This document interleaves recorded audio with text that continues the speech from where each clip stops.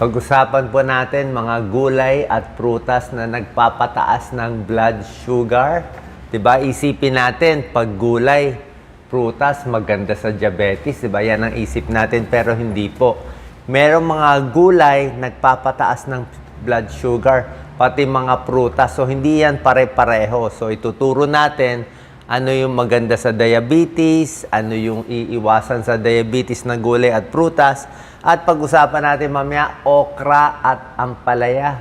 Diba? Superfood ba yan? Laban sa diabetes. Epektibo ba ang okra at ampalaya? Pangontra sa blood sugar? Tingnan natin. So, pag-usapan muna natin, ano ang diabetes? Diba? Yan ang diabetes level. Pag nagpa-blood test kayo, ang healthy dapat wala pang 5.6 or 99 and below milligrams per DL. Pag lumampas kayo sa 126 milligrams per DL, diabetic na yan. Okay? Or 6.5 dito. Or mga 7 millimoles per liter, mataas na yan.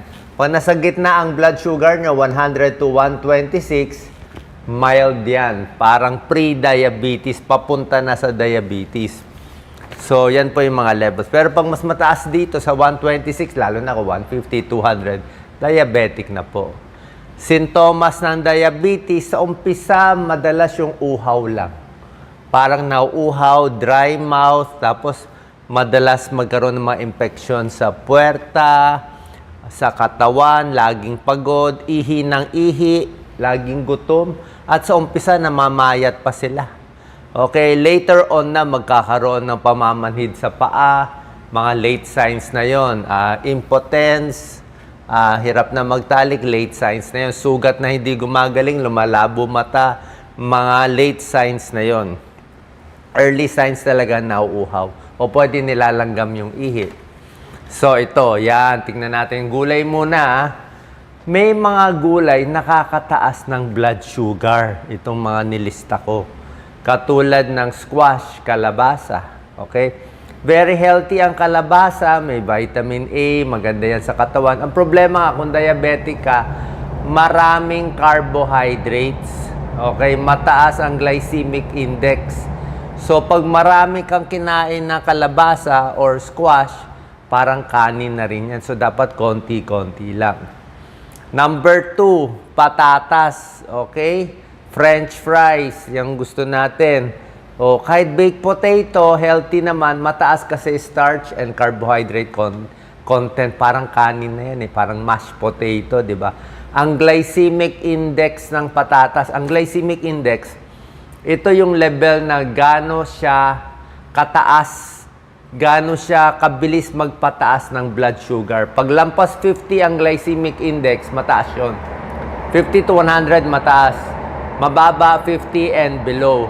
Ang glycemic index ng patatas ay 86, ganun kataas. Para siyang kanin puti. So, hinay-hinay sa squash, sa patatas, lalo na kung may mataas blood sugar. No, gulay ito Corn, mais. Okay? Masarap ang mais, pero parang kanin na rin siya talaga.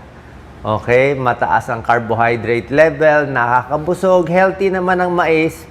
Pag kumain kayo nito, patatas, squash o mais, huwag na kayo kakain ng kanin. Yan ang pinakakanin ninyo.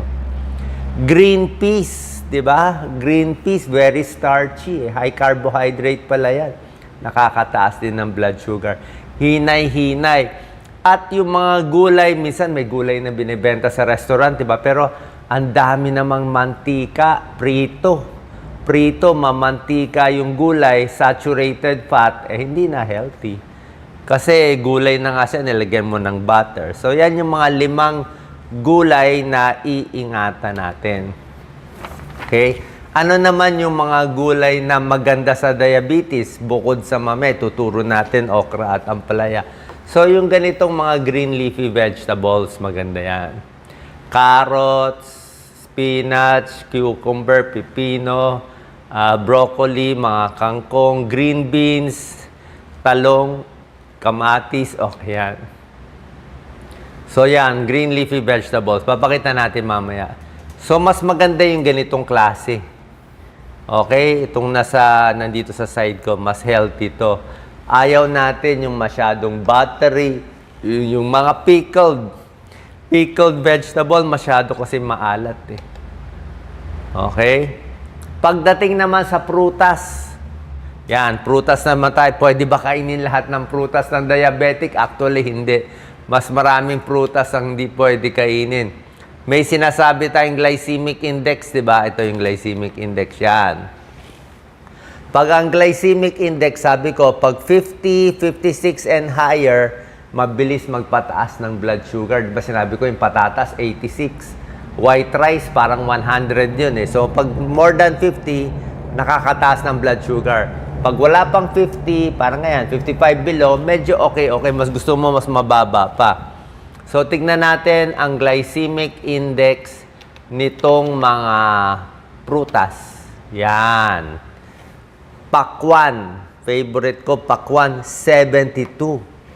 Nagpapataas talaga. Lampas 50, ayan o, 72 ang taas. Diba, matamis eh. Pineapple, pinya, 66, ang taas din. Melon, parang watermelon, 65. Raisins, mataas din ako. Favorite ko, papaya, 60. At tsaka po, mas hinog siya. Mas hinog, mas matamis, mas overripe, mas tataas pa. Kaya huwag kang bibili ng overripe. Parang saging. Saging okay sana eh. Mga 50 ang glycemic index. Kaya lang, pag ganitong nangingitim-ngitim na yung saging, parang malapit na mabulok na, malambot na, tataas na. Pati itong mga grapes, mataas. So, mangga, mataas. Titignan natin. So, ito yung mga pwede namang kainin. Kaya lang, mabilis magpataas ng blood sugar. Hina-hinay. One slice lang nito. Saging, okay kainin pag ganito pa siya.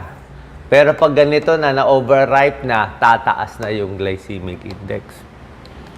Okay, ano naman yung maganda for diabetes na pwede nyo kainin? Ang mababa talaga, apple eh. Mansanas. Yan lang ang mababa o 39. Siguro matabang, di ba? Matabang eh. Pears, yan o, 38. Suha, pwede na suha, 25. Cherry, wala naman tayong cherry. Yung mga cherry natin matatamis. So, suha, apple, pear, konting saging na wag overripe, pwede. Yan, pinakita natin. Ano naman yung medyo alanganin? Actually, strawberry, okay din, no? 41, no? 41 strawberry. Orange, 40, pwede pa. Ito ang alanganin, grapes. Sa akin, mataas ang grapes, eh, 53. Depende sa grapes. Siguro yung grapes na matamis, mataas yan.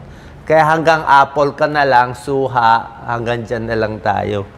Orange pa konti-konti, strawberry, okay, grapes konti, pero itong mga iba, magtago tayo dito.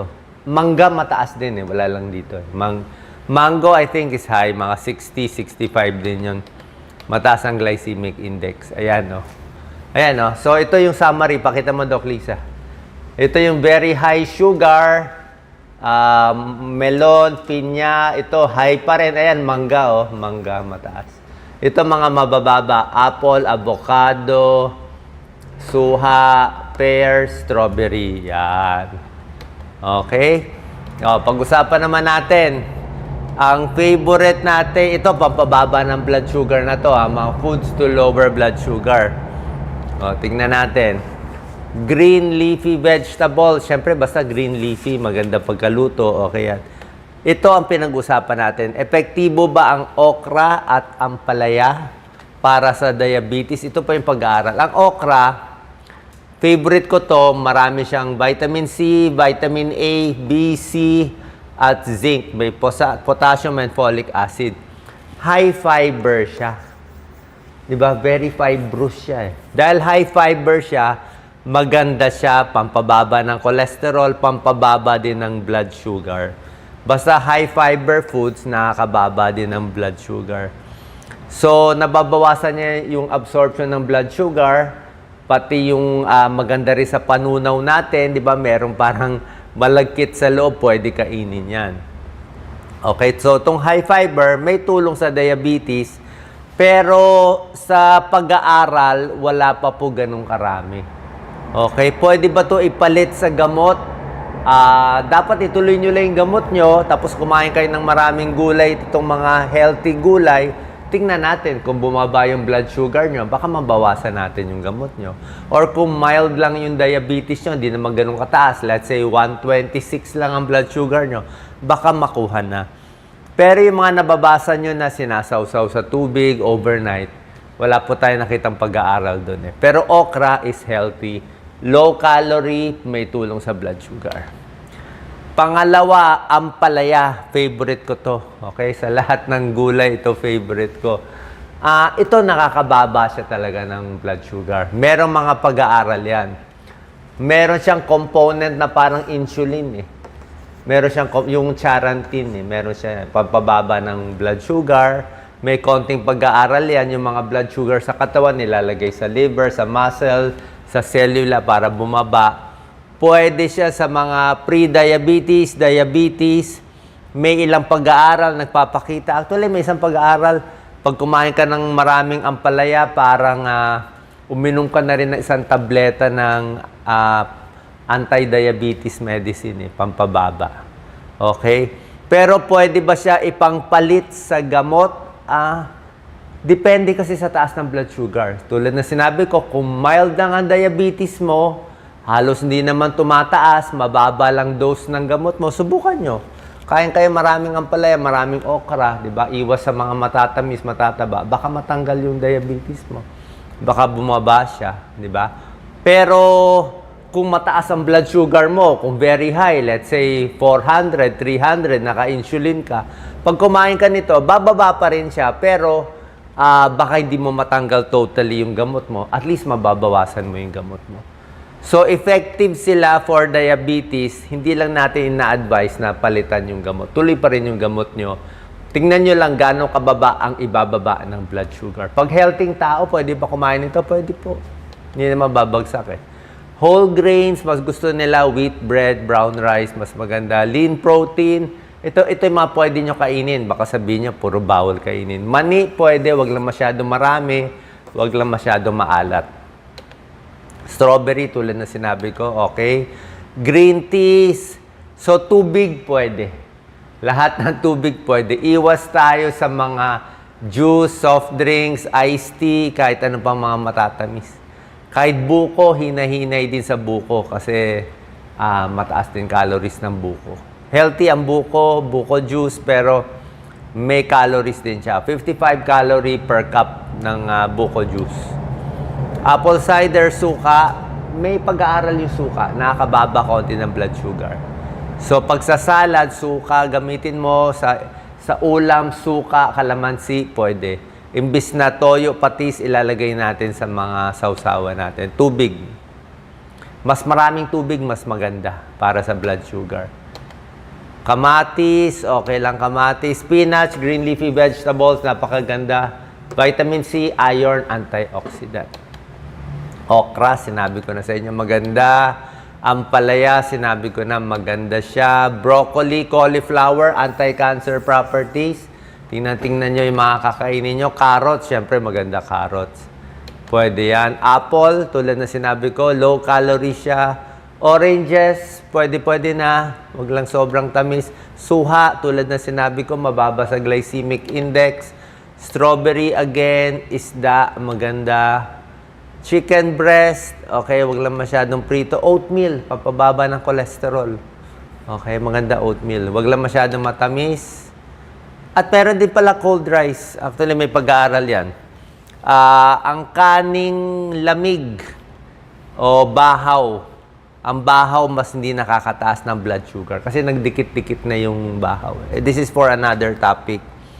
Pero yung kaning bagong saing na mainit, yun medyo nakakataas. Pero minsan wala tayong choice eh. Ang point ko, yung bahaw, initin mo yung bahaw, mas okay siya. Mas nagdikit-dikit siya, mas hindi tumataas ang blood sugar. So, sana po nakatulong tong video para alam nyo po kung anong kakainin at ano ang mga babawasan kung takot tayong tumaas ang ating blood sugar.